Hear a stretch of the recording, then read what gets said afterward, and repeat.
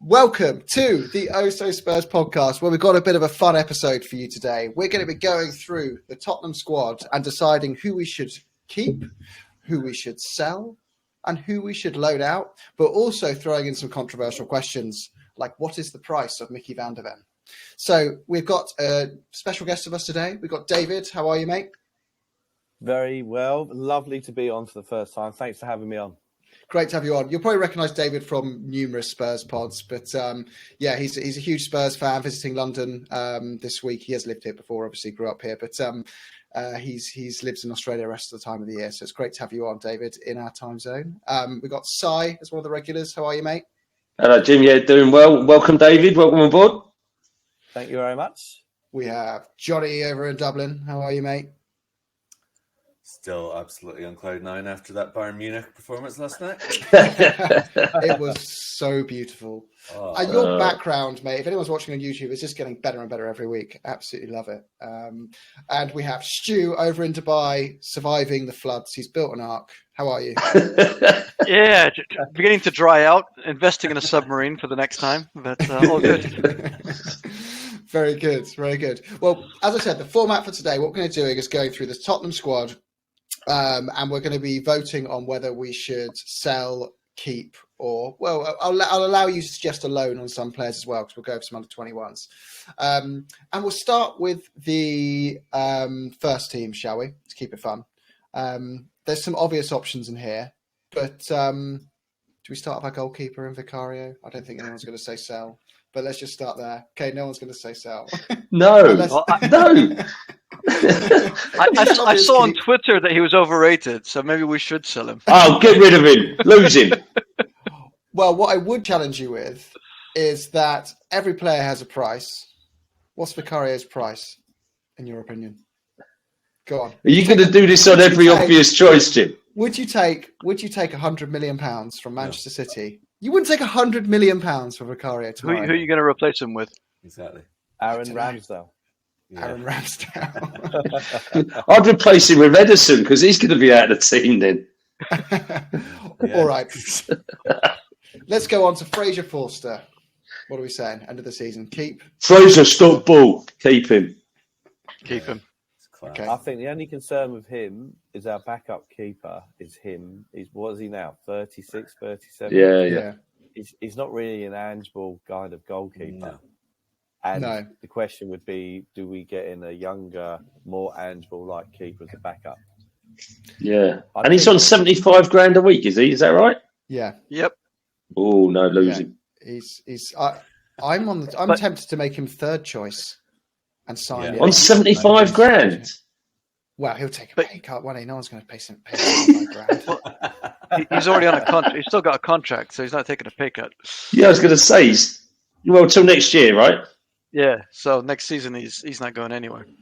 But the question is, if you get rid of him, what homegrown second keeper are you bringing in? Because you can't waste a foreign as your second keeper. No, it's true. Yeah. We're a bit highly stocked on keepers, actually, aren't we? We've got Brandon Austin as well. Well, I think you got Fraser keepers as well. Fraser's your third choice keeper, who's he's English. He's got a year left on 75 grand. Yeah, and then you get in AN other who can play a bit more like. I mean, there was an April Fool's joke on Twitter that said Vicario's out for the season, and then for 10 seconds you go, "Oh my God, we're in a lot of trouble." Yeah. Yeah, right. So I would look at, can you get someone in younger, cheaper than 75 grand a week, who can play a bit more like Angelo? I don't know who that is, but I'm just calling that out. But as a devil's advocate, I would say that I understand the logic and I agree with you, but the fact is he's not going anywhere because he's on 75 grand a week. So no. Okay. He's not going anywhere. We might need someone else, though, is all I'm saying. Yeah, I agree with David in the sense that if we had that fictional scare on April Fools, and it's not like when we see Man City lose their first choice goalkeeper this season, and Real Madrid were playing with their third choice goalkeeper in a Champions League quarter final. There's a drop off, but it's not so significant that their whole team is derailed. Whereas I think, imagine Fraser Forster playing out from the back against. It just sends me with shivers down my spine. It really, really scares me. I think we do need to do something there. Although he'd be a bit stronger at corners, wouldn't he? Carragher's got a team at the moment. He's got Champions League experience. I'm going to have to be logical here, guys, and point out the fact again, we've got a club-grown issue. So the third keeper has to be Alston or Whiteman. Okay. All right, so I like Whiteman because he reminds me of an old-fashioned, he's like a part-time footballer because the article that he interviewed with the Athletic, he's got this DJing career. Yeah. He's got an art collection, whatever else. He's like Ian Boat. I mean, Ian Boat, you're probably not old enough to remember Ian Boat from the most of you. He played football for Scunthorpe in the winter and he played cricket for England in the summer. Yeah. Alfie's like a throwback to an old-school part-timer. So definitely, I want to keep him. All right. We're keeping Alfie for the vibes. So that's it. We're stuck with Fraser Forster next season. So like it or lump it, we pay him too much money not to keep him. But hypothetically, I'm sure we'd all say if you got a £5 million offer, you'd take it, right? And sign someone else in that position. So we'll move past. I don't think we need to discuss Alfie Whiteman and Brandon Austin in more details. Let's go on to someone more interesting and someone more controversial who I assume will split opinion. Emerson Royal. I'm going to start with you, Si. Are you selling him or are you keeping him? Depends. See, this all comes down again to the Davies point on the goalkeeper. If you could get someone in who's more rangeable that could be a backup to Porro, I'd sell him. So if that's the caveat that you replace him with a more rangeable right back, then maybe. I think he does a job. But he's definitely not an Ange-ball player, is he? You notice that when he comes in for Porro, that right-hand side looks totally different. He doesn't know what to do when he comes inside. He looks scared because he has to look 360 instead of just that corner coming out from right back. So I think if you got a decent offer and you had a good backup lined up, then sell him. Sell him. What's the minimum you'd take? Oh, blimey. No, I didn't even give that any thought. I don't know. 20? 20?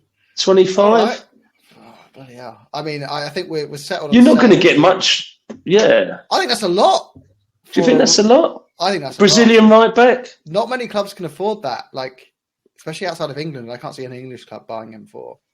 Forest will have him. They took Serge Aurier. David, do you agree? Would you sell or keep? I did nick your line, Jim, on another pod, and you said he was it the Brazilian Ben Davies. He said I stole your line. I do apologise. I've never been a massive fan of old Emerson. He does remind me of like a goofy klutz that. I mean, he injured Skip in training, didn't he? I could just imagine him putting up the Christmas tree lights at the training ground and electrocuting the whole place. So I like him from a character point of view because he got booed off Bournemouth away. And he turned it around. And I've got to give him a lot of credit for that. Other people would be of less character. However, on another pod, someone was putting forward the get Carl Walker-Peters back, can operate on both sides, and he's English. So I was, all of your reaction was the reaction that I had at 6. Sydney morning me. But Emerson, I'd sell him if we get 15 plus the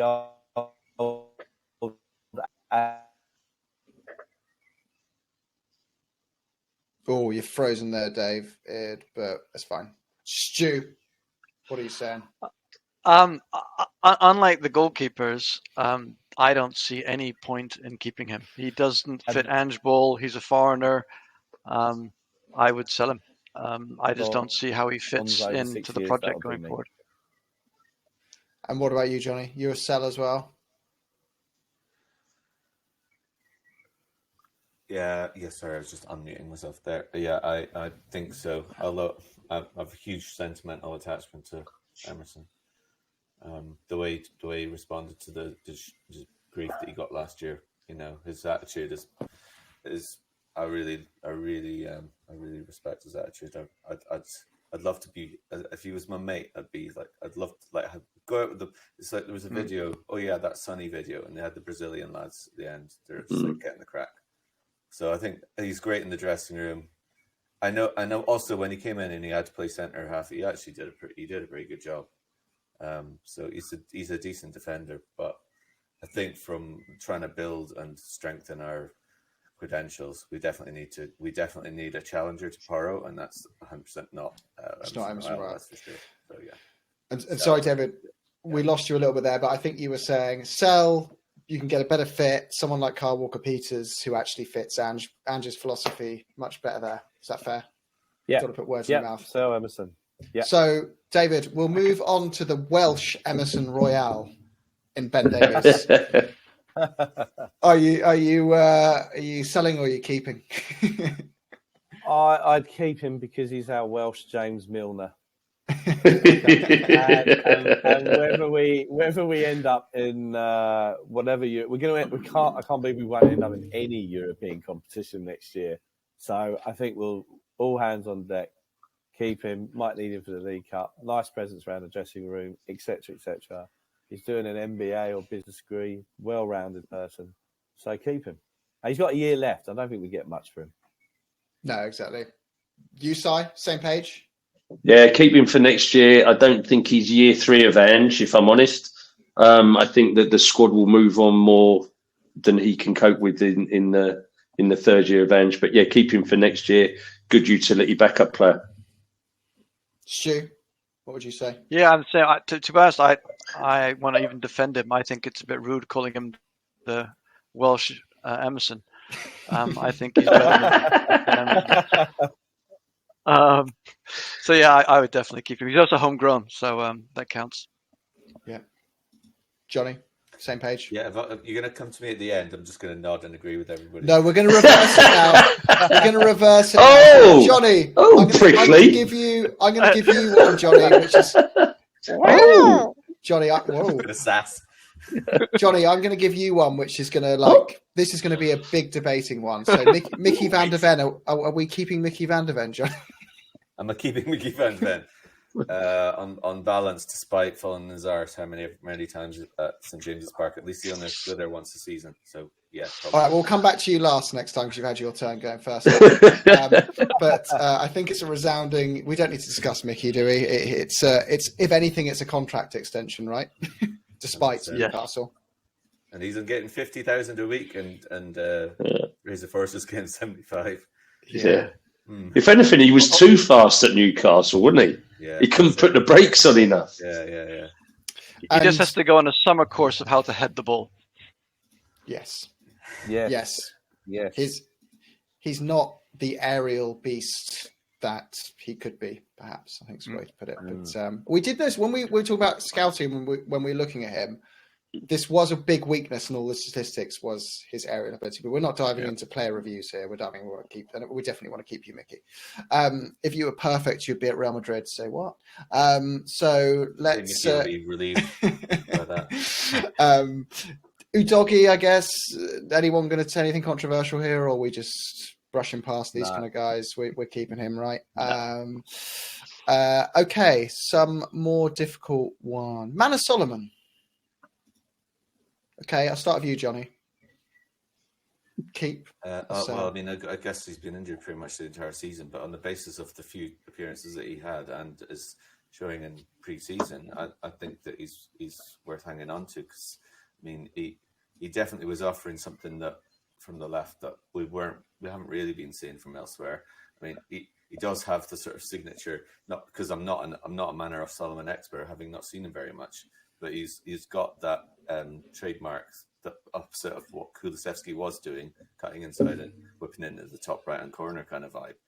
But he's kind of, I liked his attitude at the early part of the season. I liked his willingness to take players on, kind of direct player that we don't necessarily have the player who will try and beat a man. And I think like that's something that, especially when we're struggling to play against the defenses that we're facing most weeks, like it's another option off the bench, even if he's not going to be starting. So I mean, I think he deserves, on the basis of what he's shown, to be kept. That's all right. Yeah. Stu, well, actually, I'll speed this up a bit by giving you all turns to take the first on this. And anyone who disagrees, anyone sell him? No, I think what I'd add in there, though, is that when Maddison was asked who's the most skillful player, technical player in the squad at Tottenham, he said Manor Solomon. So I think he needs a chance to show what he can do. Mm-hmm. And I think as well, he was brought in by Ange. So clearly Ange saw something in him and will give him a chance to nail a place down, I think. Okay. Yeah, it was a very opportunistic deal that was done for him. Yeah. And I think that he showed something a bit. I think one of the biggest shames of the season is him getting injured and Perisic getting injured. Yep. Because I love Yeah. Perisic coming off the bench in the last 20, 25 minutes and sticking in some decent crosses and having that experience. And I think that's been a massive miss for us. Yeah. Yeah, I agree. 100%. Yeah, 100%. So, okay. I think there's no point discussing Bentancur or Sarr, right? We're all keepers on there. Or David, you're thinking. Well, you kind of have we finished the defence because we didn't talk about Romero. Oh well, I thought that was a given to keep, but I'm working my way through the squad numbers. And I've started it, but so it does. But coincidentally, obviously, we had Udogie, Van der Ven, and Davies all in a row in defence, and then we were moving on to Bentancur, who's 30. My apologies. But let's go to Romero then, because this is intriguing me that someone might be thinking of not keeping. I think if you said, look, it's sacrilege and heresy to say this. No football player is truly loyal to the cause. We all know that. Ever since a certain club captain of ours went south of the river and joined the Woolwich, however many years ago, we all know that. But there's just this vibe about Romero that I slightly think from time to time he's doing us a favour. And there's noises about the Olympics, noises about... I just think that if Madrid put in an offer for him, I could see him agitating and playing up to get his move. And, you know, I worried about that leadership group that we've got because I know we don't want to talk about Saturday, but you look at what Romero was doing, was trying to kick a Brazilian up in the air. Every time a Brazilian comes on the pitch that doesn't play for us, he seems to have this Pavlovian response to them. And then you have Maddison and Son. Again, I'm not entirely sure on leadership quality, but that's fine. But I just think with Romero, if a big offer came in, and we definitely need another left-footed centre-back for Van der Ven, and we'd get someone else in as well, I wouldn't be adverse to hearing what the offer is, shall we say. So what you're saying is don't proactively try and sell him, but if a, let's say, 80 million quid offer comes in from Madrid, we should be open-minded to the idea if we have a good replacement lined up. Yes. And I have to... God, people are going to get really angry with it, but I do kind of agree. I've got this weird stigma with Romero that I have to agree with there, that I feel like through the moments where the club was going through adversity, someone like Son stepped up and just ground deep and just did all he could to help. Whereas Romero is like, I'm injured again. I can only play for Argentina. And that kind of really wound me up. You're a guy, sorry. Am I messing up his nationality there? No, it's Argentinian. Oh, it's Argentinian. Yeah. Sorry. Yeah. Being an idiot. But yeah. So we all agreed there. It's a keep unless a mammoth deal comes in, or is he a keep at all costs for anyone? It's very interesting because there's obviously lots of rumours about Jared Brandthwaite, who's a right-footed centre half. He's obviously going to be massively overpriced, and he's had one kind of a really good start to his career at Everton. If Everton were to get relegated, and you could get him for a better price, as we were able to do with Maddison last year. But I mean, to be honest, until David said that, it wouldn't really have occurred to me, because when you hear the rumours about Brandthwaite, you think, well, he's not going to be, he's going to be a backup. He's not this. He's going to be the Dragusin equivalent. So I don't know. I kind of think that we're very lucky to have him. It's a bit like, in a sense, that David's probably fair to be potentially linking him with a giant like a Madrid, maybe. There's obviously very few clubs that have that kind of money and that kind of pool, but I mean, not many players, especially kind of probably from a Hispanic background like that, are gonna resist that kind of draw. But I think that Romero deserves a little bit more credit for his, at least the way he sounds, the kind of message that he puts out there about Spurs. I know anybody can kiss a badge and anything like that, but I think he's never been anything less than fully committed in our jersey, and I think that we've, he was a great signing for us. I think that now he's got a partner who's on balance. He's had a season where he's definitely more settled. He's less rash. I know there's been moments this year, but I think that there's a maturing in general. I think there's always a potential firework there, but I think that's just part of him. I don't like the media, the easy, just associating him with that kind of side of things, and you get really annoyed with the adjectives they come out with.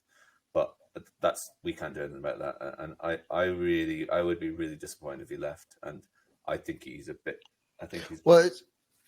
Johnny, it's also a question of, do you trust our recruitment to get the replacement right? That's very true. Yeah, I mean, and obviously he has been very good, but he's also like 3 seasons. He's more than proven himself, and I think that he's proven himself also to be worthy of backing and showing that. I think he's a sort of player that he's already lifted the World Cup, and that's the sort of player that we want in our squads. That's played in huge games and has come through, and that the effect that he has on the other players. So for me, I would be really, really reluctant to sell. And obviously, if he was agitating, then that's a different matter. But I don't think he would, unless maybe it was Madrid. Yeah, maybe he would. Has Romero got a gun behind your head out of the shot?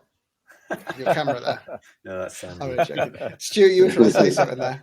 No, I just think also the accusation of putting the country first, etc. The Latin American players are very, very patriotic, and they will do anything to represent their countries. So the fact that he wants to play the Olympics, I don't see as a bad thing. I just think they same thing with Brazilians. Argentinians hate Brazilians, so they'll kick him any chance they get.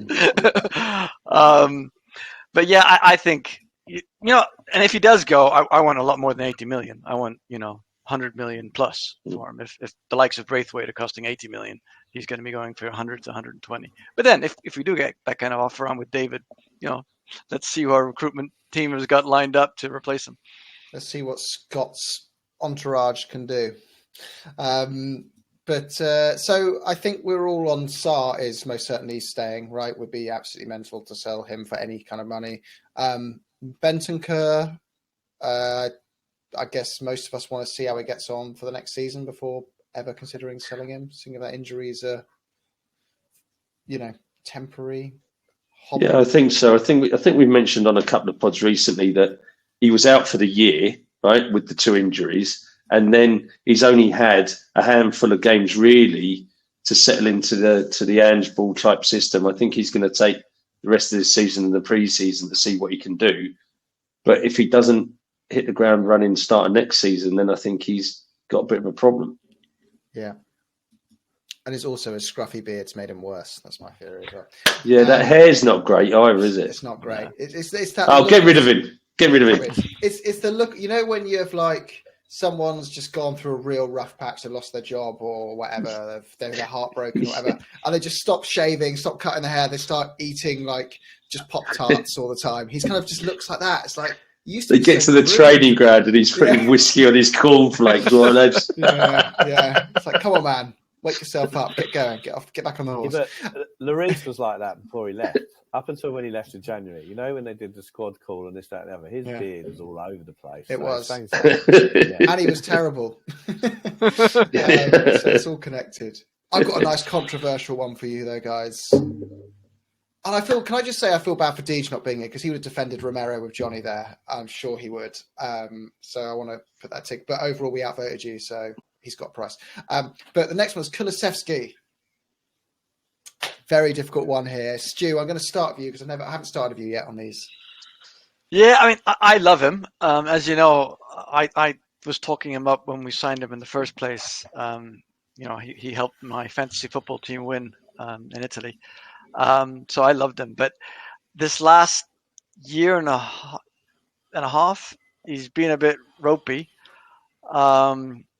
And I don't see him good enough to be the Madison backup that a lot of people think he should be playing in the middle.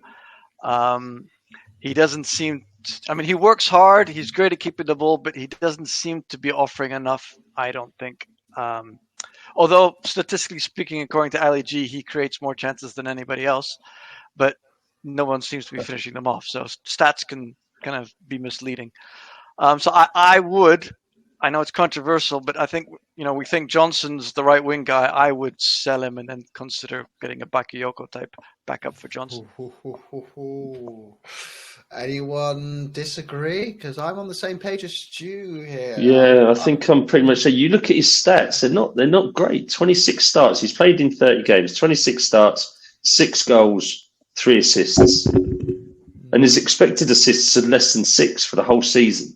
So the fact that someone says he sets up lots of chances, it's not hitting the mark when it comes to the stats, if I'm honest.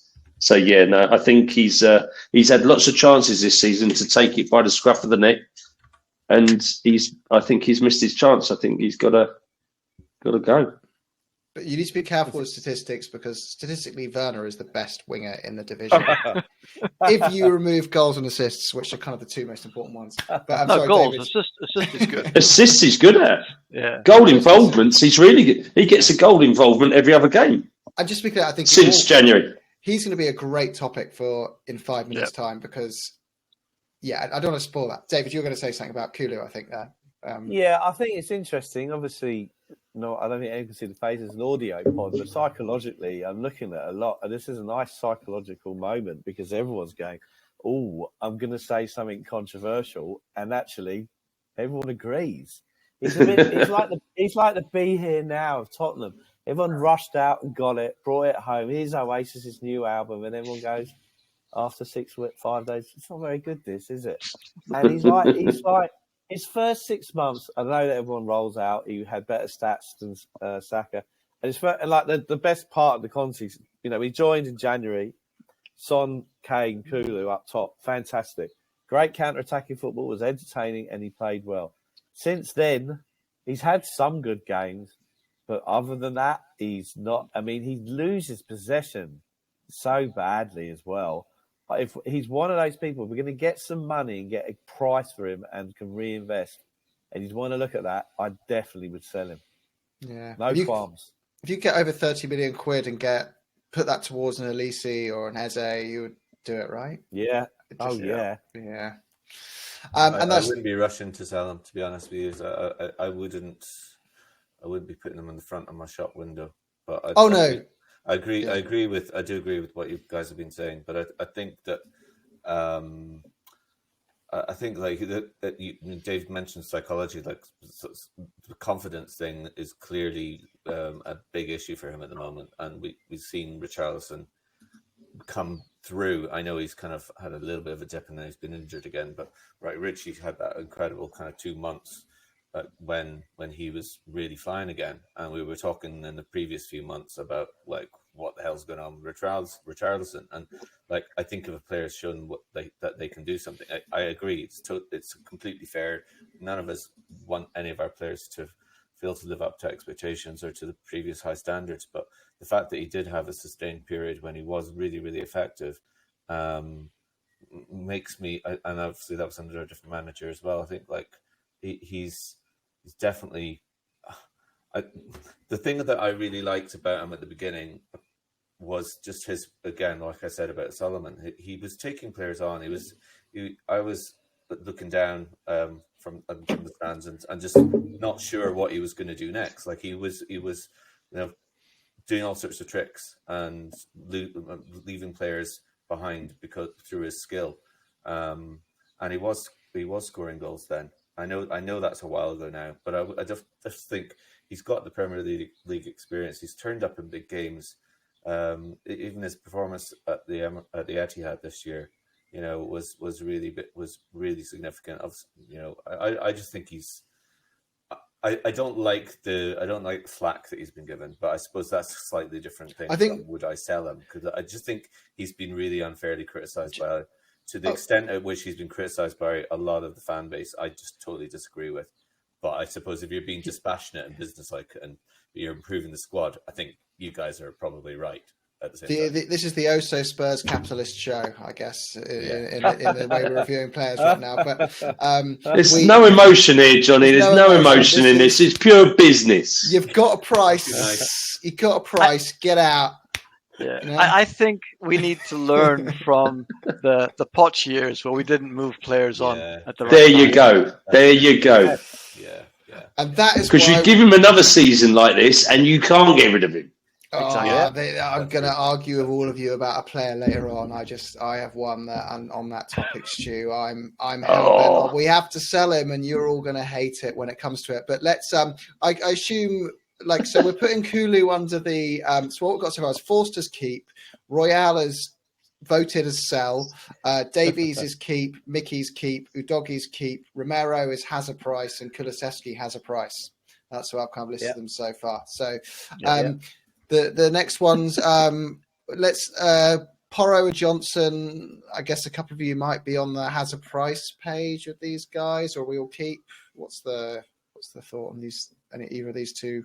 I'm trying to speed it up a little bit as well because we've got about 20 more players to go, and Johnny's got about 18 minutes until.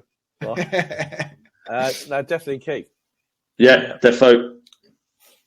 I would just controversial that with Porro has a price for me. He's not a problem.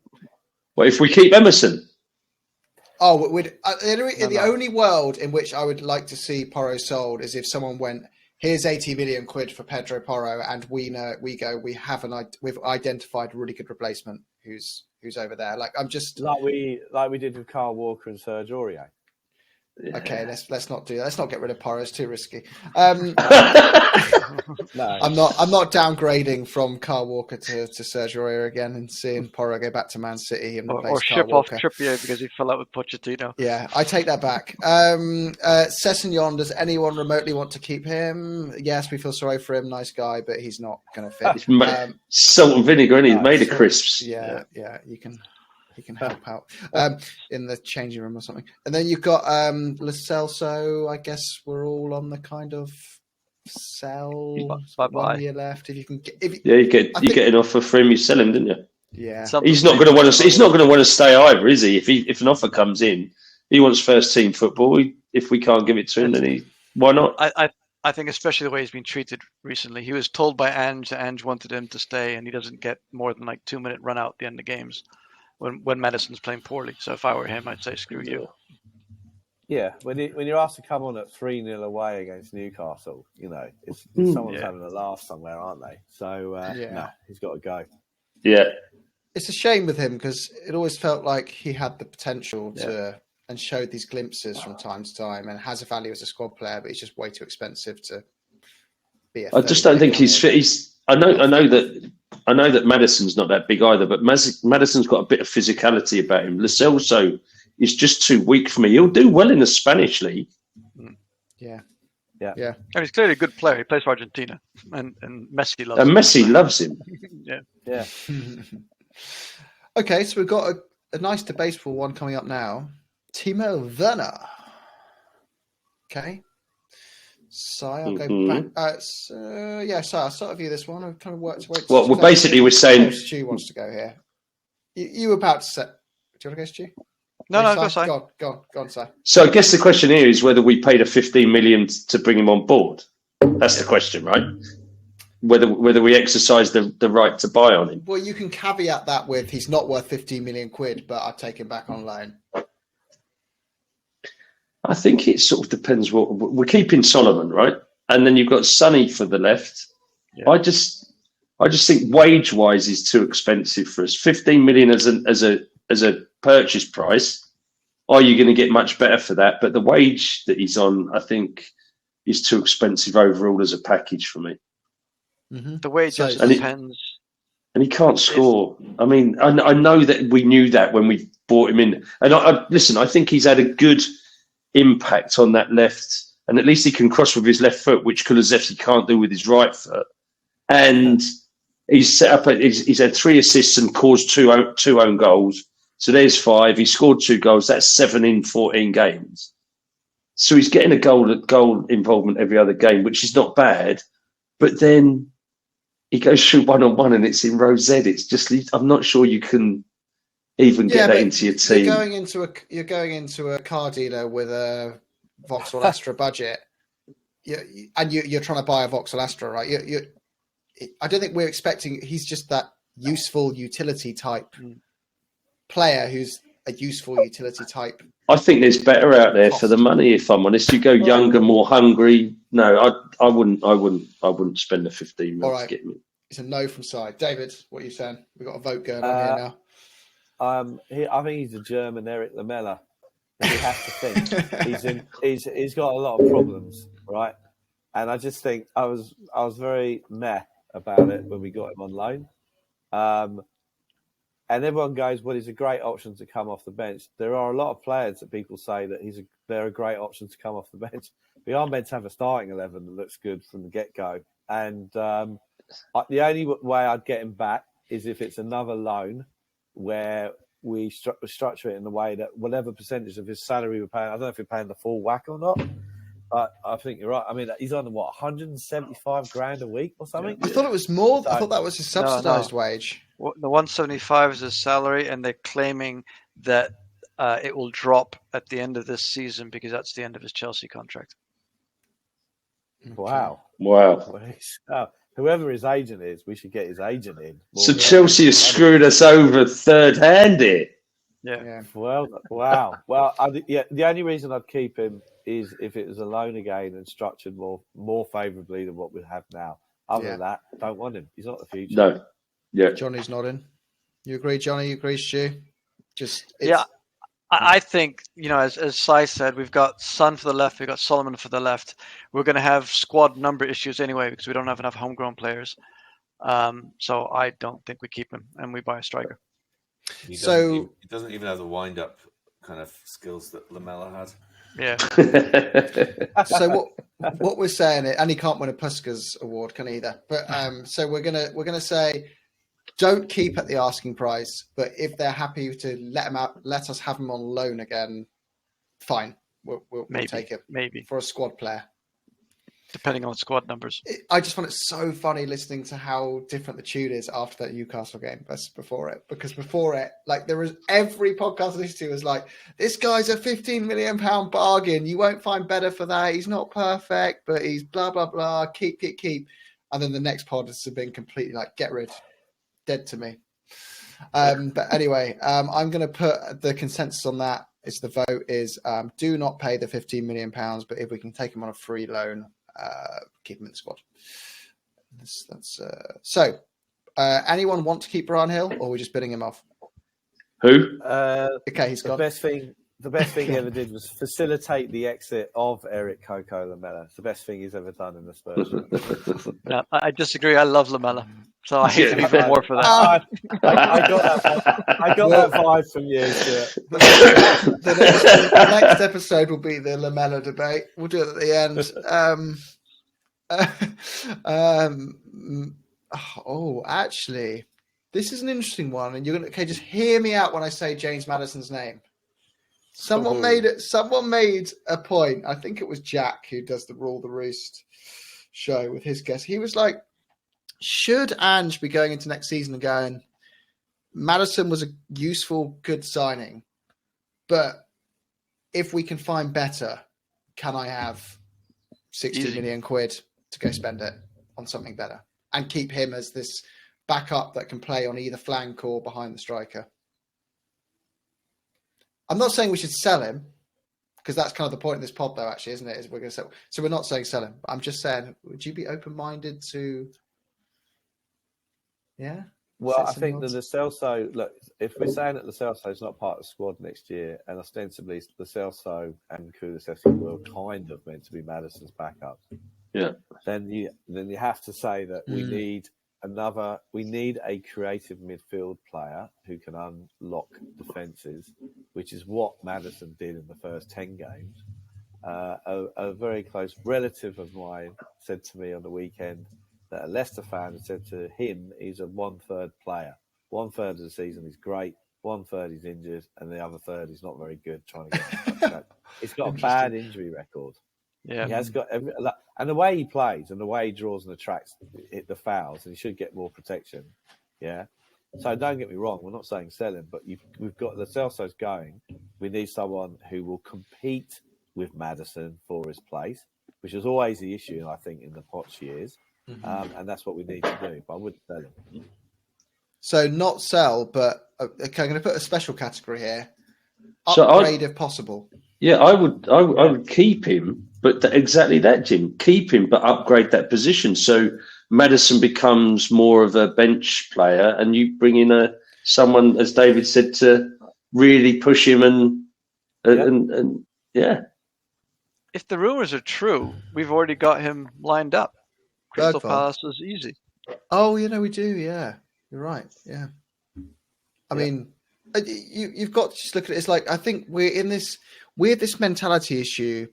Oh, God, I'm sounding really bad now. So we've got a mentality issue. But we do have a mentality as Tottenham fans, I think, often of being like, we're so desperate to see like players we like do well or some academy product get their chance. When the clubs that win all the stuff go, I'm sorry, I don't care about that. I'm just focused on getting this starting 11 as strong as possible and that bench as strong as possible. And we need 100%. To sometimes be like, I don't care that James Maddison has great vibes and he's a nice guy and he's great fun on Instagram. Like, if you can get better, push for it. Like, if he gets upset, it's not my problem. He's never going to come say hi to me. That's the way it should be. Yeah. The wages he's on, like according to the spreadsheet, is 170k a week, and he's got a 4-year contract, 4 years on his contract. Like I totally get the logic of everything that everyone's saying in terms of the finances and the numbers. Okay, we're talking about removing a lot of players that are not featuring or haven't contributed for a long time. There's a bunch of players like the Rodons and the Tangangas and the like of that you want to offload. But I don't know if Tottenham are in a position where they can have too many 120,000 backup a week backup players. So yeah, by all means, upgrade or definitely the logic that Dave's outlined regarding you need to have every position needs to have competition in order to, we don't have a sort of Ericsson situation or anywhere else like Porro at the moment and Udogie. Really, there's absolutely no one threatening their place whatsoever, and we had the same thing last year with centre halves as well. So yeah, if we're getting rid of the two options that compete with them, you do need somebody else. But if you think, Johnny, just Jill and Lo Celso together are 150 grand a week. Yeah. So that's money your well spent. Rival. Money well that's spent. Your rival to Maddison. Fair enough. Yeah. Fair enough. And let's not forget, players like Perisic were on 250 grand a week, and they're now off the books. There does seem to be some. Yeah, he was our highest paid player. Oh my God, which is crazy. Yeah. So even getting rid of him just for no fee is a big saving on the books. But okay, next they've got some controversial ones really coming up. We've got Richarlison as well. I assume everyone thinks he has a price. That's a no-brainer. But is anyone saying we proactively go out our way to try and sell him? No. Mate, well, this is where Johnny and I have a different position on Richarlison. He's never impressed me. He didn't impress me at Watford. He didn't impress me at Everton. And he's not done much to impress me here. So I would actively move him on and look to get a better number 9 in. Fabio has spoken, Johnny. You've completely out. It's time for Walter White now. Yeah. But first, Simon Cowell, what do you think?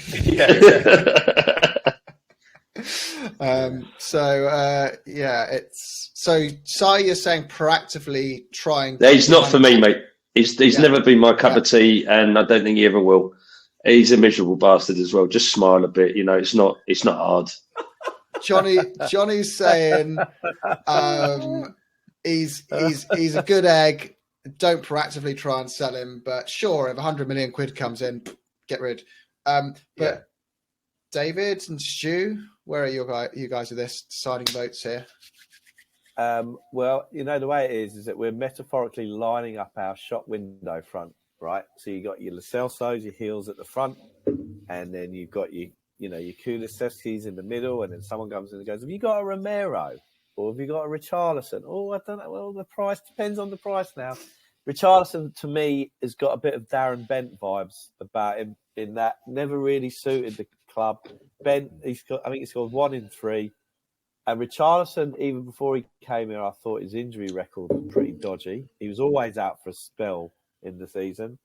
To be honest, I did advocate, was happy when we signed him because you remember there's Jesus, Rafinha, Richarlison on the market. Rafinha obviously went off to Barca. I didn't want Jesus. So I thought it was great. We paid a lot of money to another club in the Premier League, getting one of their best players, proper old school Tottenham signing. It's just not worked out. I mean, this kind of hype of he can play across the front three. No, he can't.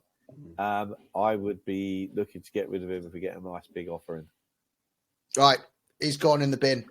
Right, I think we have to keep him, and I'll give you the reason why. Not as first choice, but if we're moving Son to the left, we need to bring in another striker. We need 2 strikers. So I would have Richarlison as my backup to my new shiny new striker that I bring in the summer. Okay, we got 2 keepers and 2 sellers. Gives old Jimmy the deciding vote here, doesn't it? Oh, yeah. No, I think I'm with you, Stu, on that last comment there, where I don't think we should proactively go out our way to sell him because he'd make a good second choice striker. But if we go into next season with him as our first choice number 9, we're not going to achieve anything meaningful as a football club. To me, he's like. He's on that level of like Gabriel Jesus, where I'm kind of like seeing Arsenal go into a season with that and expect to win the title. I'm like, well, you're clearly not. You've got Gabriel Jesus up front, and Man City. I also think that tattoo is that's cringing, isn't it? Where he's got, what has he got? He's got Neymar. He's got Neymar and who else? Neymar and someone else and himself on his back. It's like, oh, righto, that's it, yeah. Do you all have that really extroverted friend who, like, you go on a night out with and they just can't stop rubbing your shoulders and telling you how much they love you? I kind of feel like Richie would be that kind of guy. And he comes over with the tattoo of you the next day and you're like, it's not that deep. Like, please, give me some space. Maybe I'm being a bit harsh. But, well, I think the comparison between Jesus and Richarlison, like when I take Richarlison any day of the week. Apart from the fact that Jesus just wants to slap anytime you see him, because of the way he looks. That's not a reason to keep him, though. No, because he's got a less slappable face than Jesus.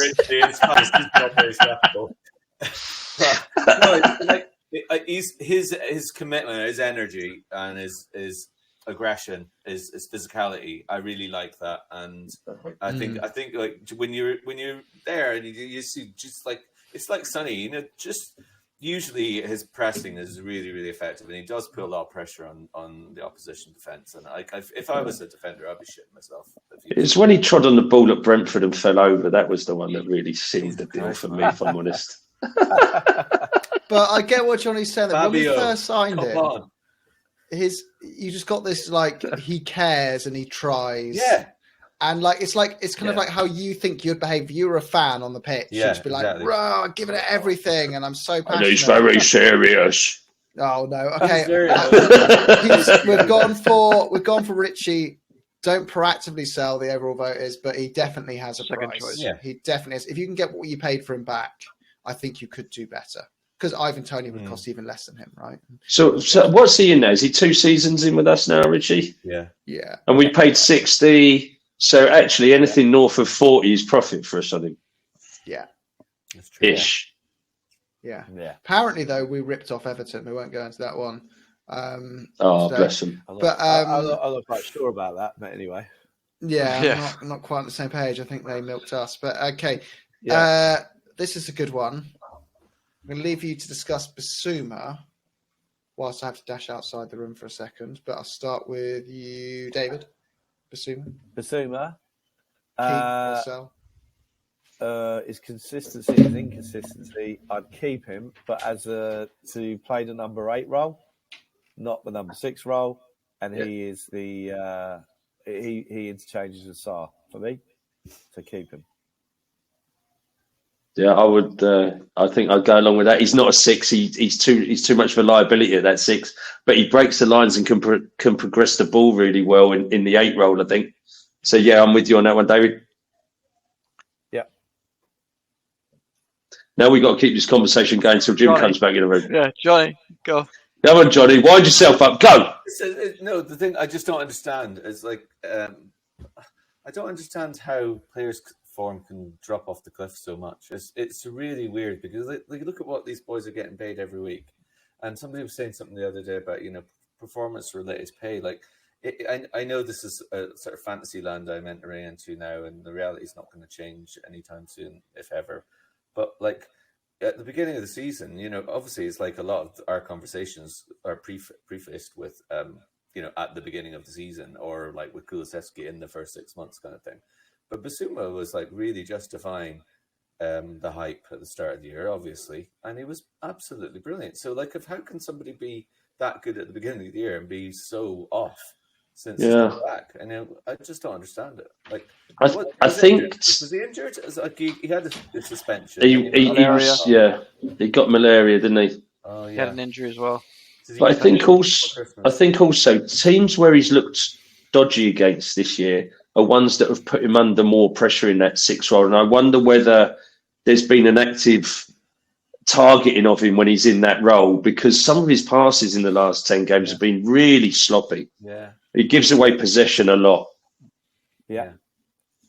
And I have to admit, when he got sent off Forest away, I was very annoyed about that. I mean, was it 2 or 3 up? We'd won it, and he made that stupid tackle. Yeah. And because of the way that the AFCON fell, and this, that, and the other, he didn't play for like 3 months or something. Yeah. I thought that really annoyed me. But I think if you notice that whenever he has been eligible to play, Ange has played him. He's never dropped him once. And he's always played him in the 6 role. So I think Ange definitely sees him as preferred choice. So I think he stays, but we will be getting rid of Højbjerg. I think we need to get rid of Skip. So we needed someone who's going to challenge him for that number 6 starting role. Yeah, but Stu, people ask why I drive a Volvo to work. That's because I don't have a 911 in my garage. That's still rather he could play Højbjerg. He could play Bentancur. I mean, you can try something else. True. And So you love Volvos, Jim? Don't get me started. Right, or was that Volvos? Volvos. So what we're saying keep Biss again unless there's a significant offer that comes in, but upgrade like that position a bit like Richie. Yeah. We've got a few more to cover off, so I'm going to save the most controversial one for last. But Ollie Skip. Got to go, mate. Got to go. Got to go. On the PSR regulations as well. Got to go. Got to go. Good lad is not getting any minutes though. Ange doesn't clearly think he's just there. And just to clarify as well, like if we don't meet the homegrown numbers, the punishment is you can register 2 less players. Is that right? No, just one. One less player. One. Yeah. So if you don't have enough, you just don't get to register somebody else. And you can still register any infinite number of under 21s into the squad. You don't need to register under 21s, so it's not actually a big impact people make out. So sorry, Skippy, we love you. Good luck with your transplant, and sort that out, mate, because that you're a Premier League footballer. You do not need to worry about losing your head. You are going to be sort the bonnet out in decisions. Do one. One week in Istanbul, you come back with a full bonnet. You could shave it and look as handsome as Johnny at the same time. So, or you could get a full Paratici, do you know what I mean? So Skippy, you're gone. Pierre Højbjerg. Get some money for him, I think. He's gone. He says he wants to go. A price. So. But can we just caveat that with thank you for your efforts, Pierre. You are a stellar professional. Just business, Pierre. Just business. Just business. In the Spurs Capitalist Just podcast. Just business. He would get a good send off at all bar one. We'd pay for it. We'd give him a good farewell. Yeah, mate. Yeah. Okay. So out of the first team left, I'm not going to bother talking about Dragusin because we're clearly not going to sell him or any of this. But can I just paint a picture? Your 32-year-old club captain, Heung-min's son, the Middle East, drop 120 million quid offer in for him. And you're linked with, and I'm just going to cover this a little bit with some context that I'm not sure if we sign Eze or someone like that, and Alissi, and we've got a really, really good left winger. Do we consider an offer for Son? And as Johnny's shaking his head saying, no way. And I'm just being devil's. So Johnny's a definite no. Anyone on the page of maybe? Size and no. No, David, you go. I dared to suggest last season that he had hate, and the avalanche of criticism that I received for such a comment was huge, and changed my life completely. Except it didn't. I think. Well, first of all, I think we all know we need to get a proper, decent striker in for next season. Yep. Okay. Yeah. That's number one. My view is that he needs to be rotated more next season, and he's playing on the left. We've got more games. He's going to have to be rotated more. Do I actually think he's proper leadership captain material? I'm not quite sure, to be honest. I think he's been a very good player for us. Obviously, he's in the top 10 goal scorers, etc. Do I think he's a truly world-class player? Not sure again. However, if we got a 120 million offer in and we'd lined up or we get a decent striker in and other additions, I wouldn't rule it out. However, I know it's verboten to say that. There we go. Yeah. But I think sticking 120 on the table is a bit much because I don't think that comes in. But also, I think it depends. If you get a decent offer and he says he wants to go, then let the guy go. Right? If you get a decent offer but he doesn't want to go, I think he's done enough for us to say, stay here and continue to be a club legend for us. So we're saying to Sonny, you decide your own future, mate. We'll just make you aware of what we're being offered. I just think. I mean, I might take him if we get like a Rafael Leao to come on the left wing, but I just think Ange loves him and has said many times that he still thinks he's got years in him, and I think Son actually loves the club. Remember, he signed his club contract extension when Kane was on strike and we didn't even have a manager at the time. So I can't see him pushing to leave. No. But we just said 10 minutes ago we made the mistake under Poch of holding on to some players too long. Yeah. And that includes if you get a players layout, like Moussa Dembele as one. We clung on to him, and Ericsson, we clung on to those guys until the last, and Dele until the last drop of sweat. Dyer. And then we didn't have any money to replace them with. But that was before we had this backroom team in that are purely tasked with the recruitment aspect. That was Levy not being able to move on. It was Levy being too close to the football. And we've always said, listen, we don't get into the Levy in, Levy out discussions here, but we've always said that Levy was too close to the football, too involved, too close to the decision making. And Poch wanted Dele out 2 seasons before.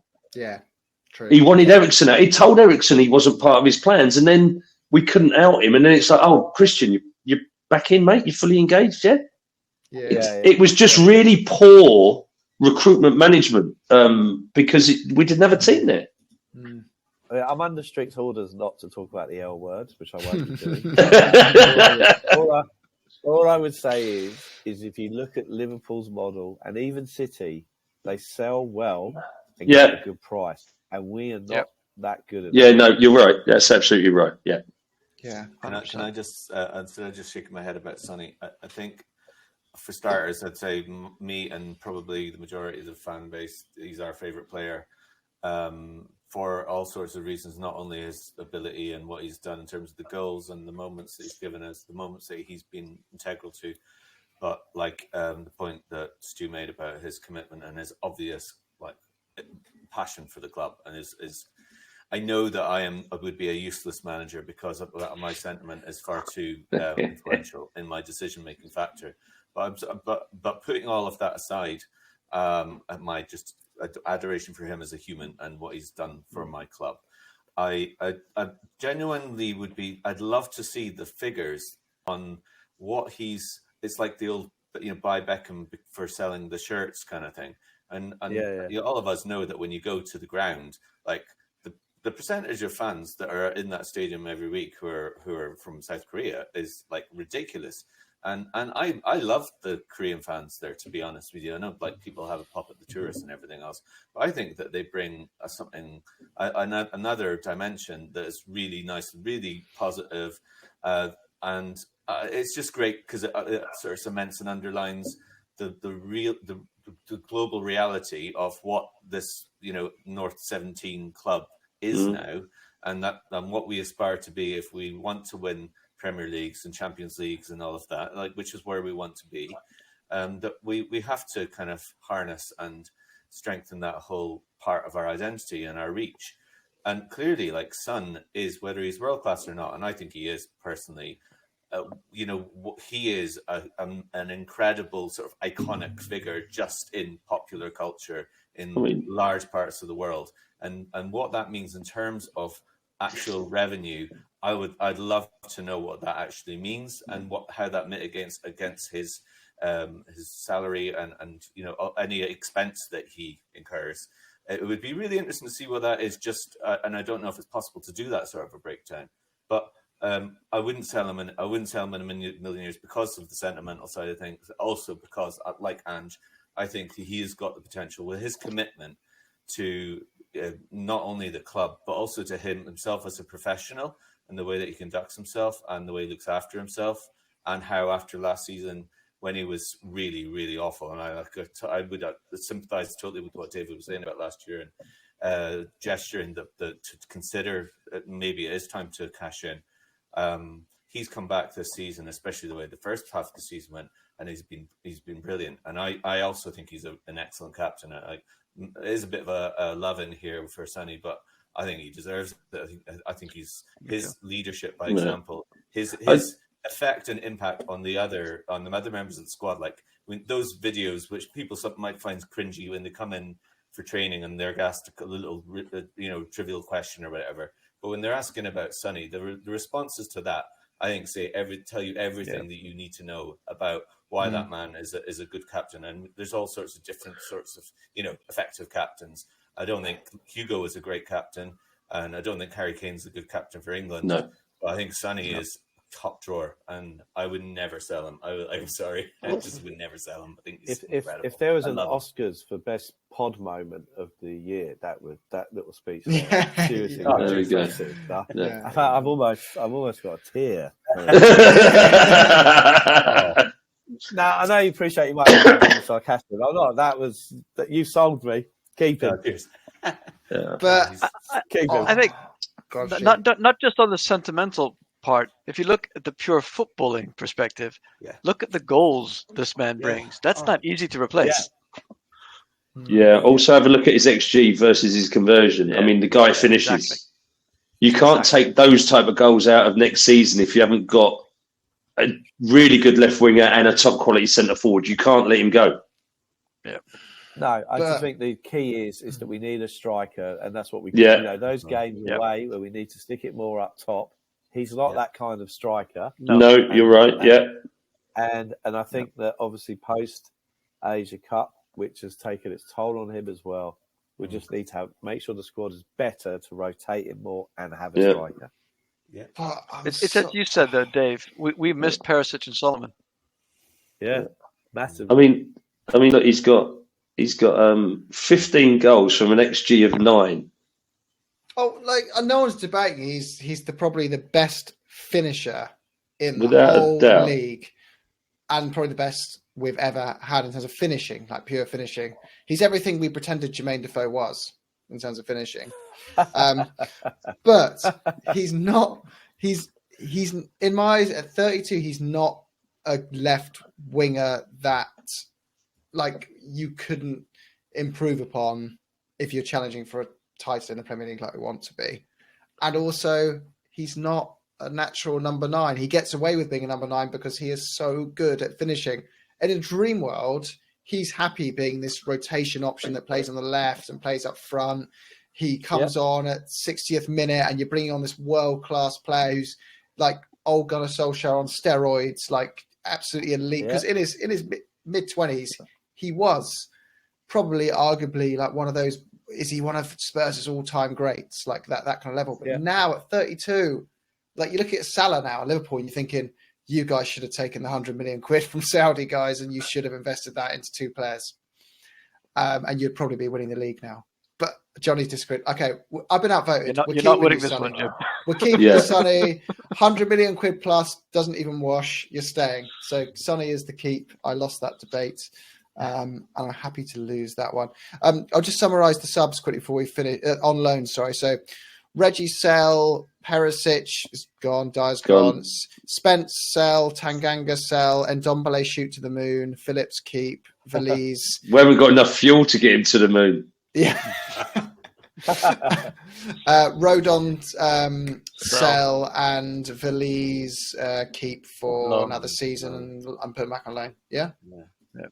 Yeah. The other one when does this? Bergvall. Yeah, Bergvall. Let's see what happens with him. He's coming into the first team, right? Yeah. When does the Croatian kid come in as well? That's Bergvall. Is that 2 seasons? No, that's not. Yeah. Bergvall. Oh no, you mean the centre back? You mean the centre back? Yeah. Sorry, he's still got another year on loan next year. Yeah. Oh, because he can't come till he's 18, right? Yeah. He was 16 when we bought him. Oh, and the last thing, apparently Micky Moore's been training with the first team for the last 2 weeks and looks like he might be in the first team squad for. You love a name, a double letter, don't you? Micky Moore. That fits really nicely. Micky Moore. Right, boys, we need to wrap up there, but up the Spurs. Enjoy the debate, and I'll just quickly summarise it with Forster keep, Royal sell, Davies keep, Micky keep, Udogie keep, Romero has a price, Kulusevski has a price, Lo Celso get lost, Sessegnon, sorry, you're gone, Johnson, we want to keep you, Porro, you can stay, Werner, we'll keep you but only on loan, Brian Hill, goodbye, James Madison, we'd like to upgrade you if possible, but we want to keep you, Richie, you have a price, Pierre, goodbye, and Sonny, you're staying. Cool, all good. And Ndombele, busy summer. Busy summer. Very, very busy summer. Anyway, up Spurs. Go on, you Spurs.